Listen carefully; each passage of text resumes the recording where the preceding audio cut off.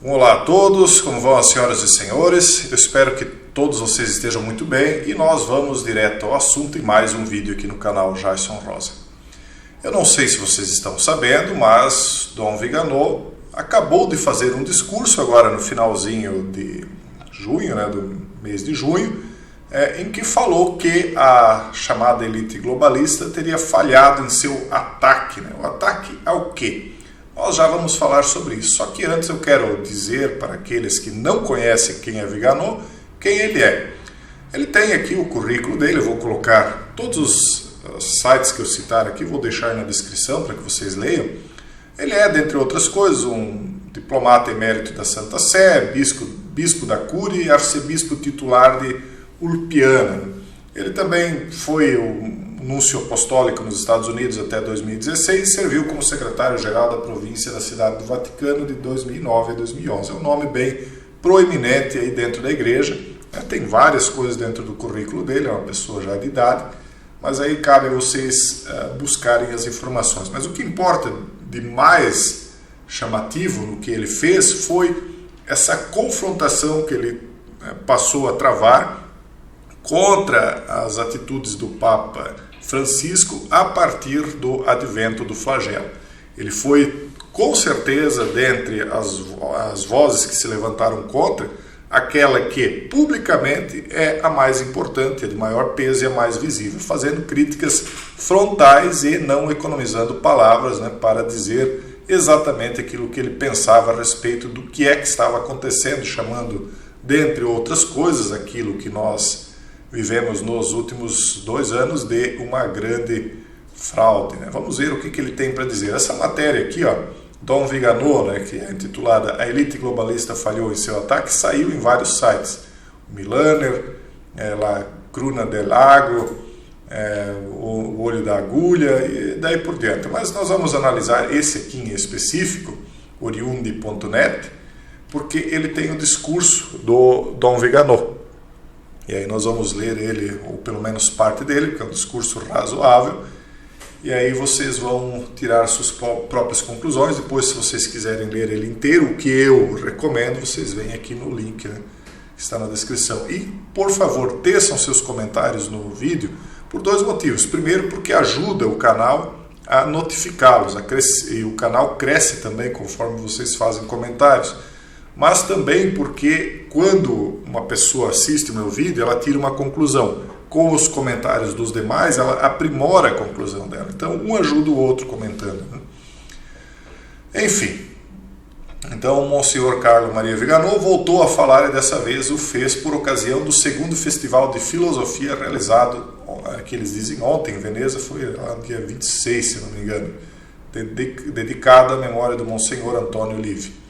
Então ele falou várias coisas. Vamos ver o que ele disse aqui. Aliás, foi dia 25, no 2º Festival de Filosofia Antônio Livi.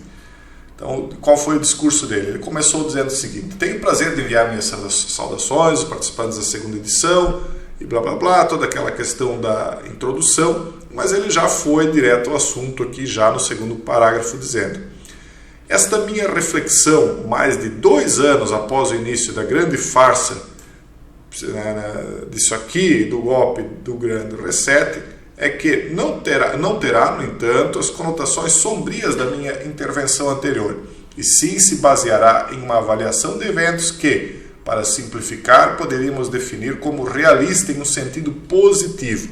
Ele agora está dizendo que aquilo que ele disse antes não vai se concretizar, porque ele está vislumbrando que o globalismo começou a ser derrotado. Não é exatamente otimismo, ele diz, pois isso exagera em positividade o que o pessimismo supera em negatividade. E é mais ou menos aquilo que eu também aplico aqui no canal.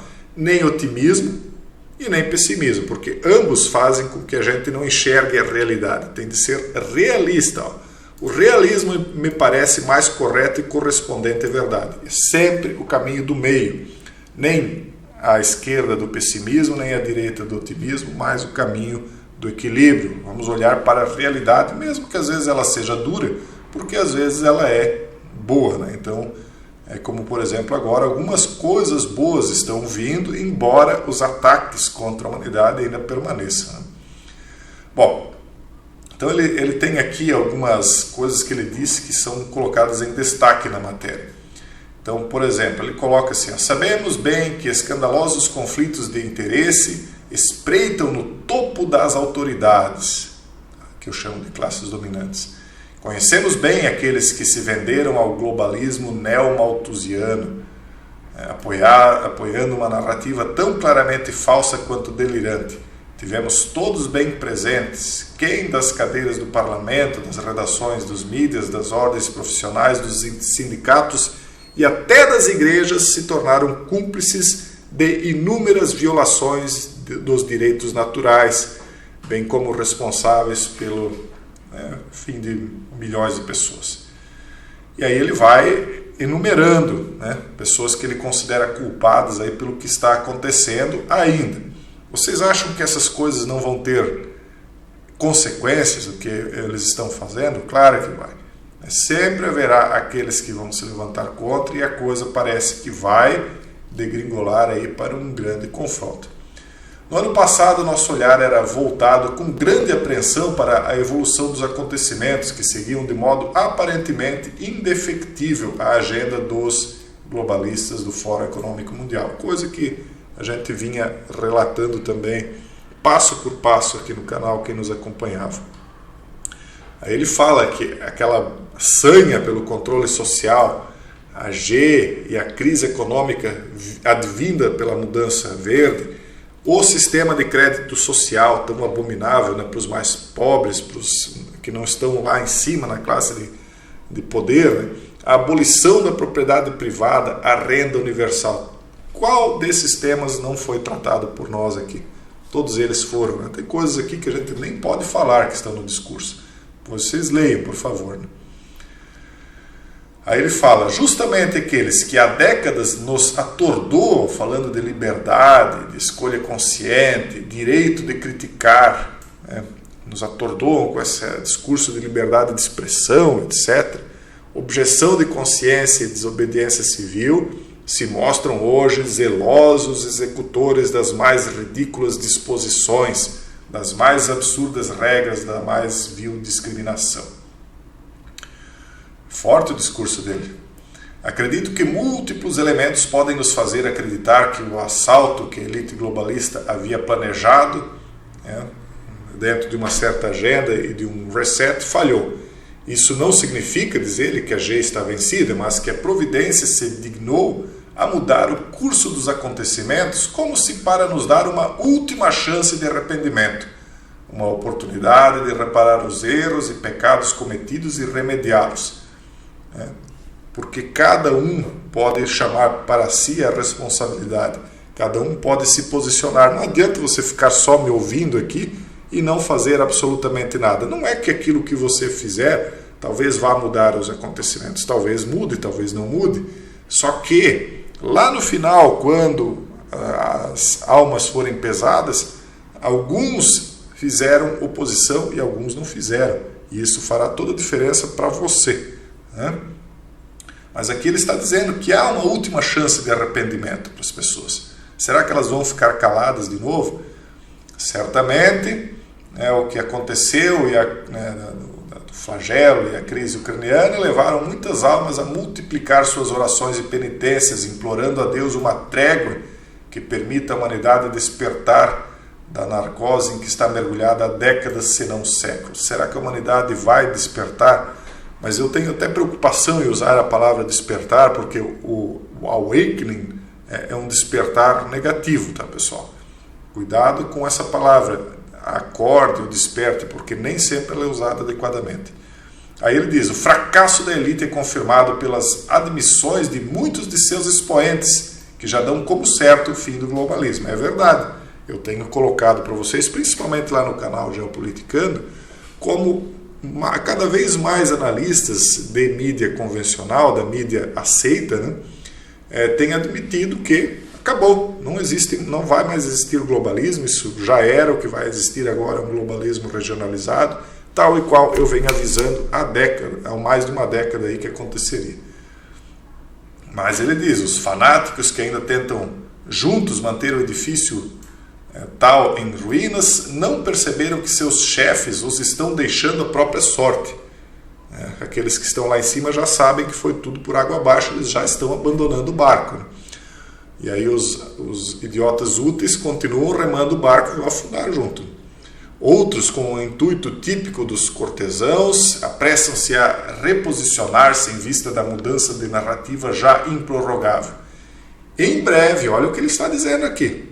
É muito interessante esse discurso. Em breve se admitirá que tudo fazia parte de um plano subversivo global, realizado com a cumplicidade de líderes mundiais, governantes, chefes de Estado, políticos, jornalistas, médicos, professores, magistrados, forças da ordem, clérigos. Muito forte o que ele está dizendo aqui.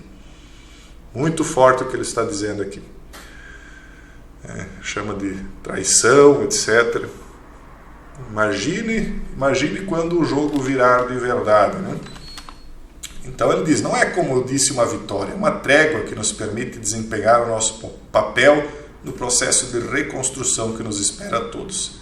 O colapso da sociedade global e o fim do falso bipolarismo de matriz revolucionária direita-esquerda, Estados Unidos e União Soviética, liberalismo-socialismo, progressismo-conservadorismo, exigirá um compromisso coletivo no qual o componente católico deve desempenhar um papel de liderança de líder. Porque ele é católico, então ele tem essa visão aí. Mas o que ele está dizendo aqui? Que isso é tudo falso. Essa falsa bipolaridade, né? É a estratégia das tesouras, direita e esquerda, Estados Unidos versus União Soviética, liberalismo versus socialismo, progressismo contra conservadorismo, era tudo uma fraude, segundo o discurso dele, que está indo por terra. E de fato nós vemos que, isso eu já falei para vocês aqui, que nós vemos pessoas posicionadas no que seria o campo socialista, combatendo a favor de liberdades, há pessoas no campo liberal combatendo a favor de liberdades e há pessoas no campo conservador combatendo a favor de liberdades, e do outro lado há pessoas de esquerda, de centro liberal, de direita, combatendo a favor daquilo que vem sendo imposto aí, que ele está dizendo que os chefes já estão abandonando. Então, a sociedade deve ser restaurada à sua dimensão espiritual, curando a ferida secular infligida pelo secularismo, liberalismo e comunismo. Ele está aqui com um discurso bem eurasiano, se vocês forem notar. Cristo Rei deve reinar sobre os italianos antes mesmo que da Itália. E não esqueçamos quantos, nesses 2 anos de loucura coletiva, não se curvaram aos ditames de uma autoridade subserviente à elite. Pessoal, parece que está vindo uma coisa muito grande por aí, pessoal. Só estou repetindo aqui o discurso dele. Eu quero que vocês depois leiam, né, e tirem suas próprias conclusões. Só estou trazendo algumas partes.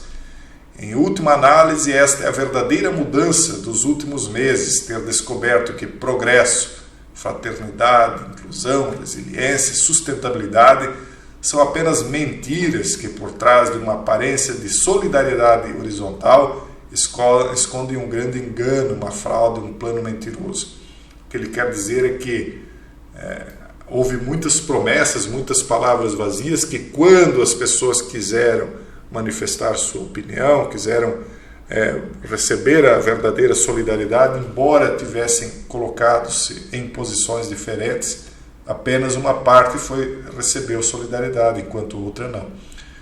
É como ele disse, isso tudo não acabou, mas houve um respirar, e mesmo aqueles que estão lá no topo estão admitindo que o plano falhou, pelo menos o plano mestre. É óbvio que existe um plano B, um plano C, e essa disputa só vai acabar mesmo lá no final. Nós estamos aqui para acompanhar e relatar para vocês. Só que as conclusões eu vou deixar que cada um tire as suas próprias. Um forte abraço e até o próximo vídeo, se Deus quiser.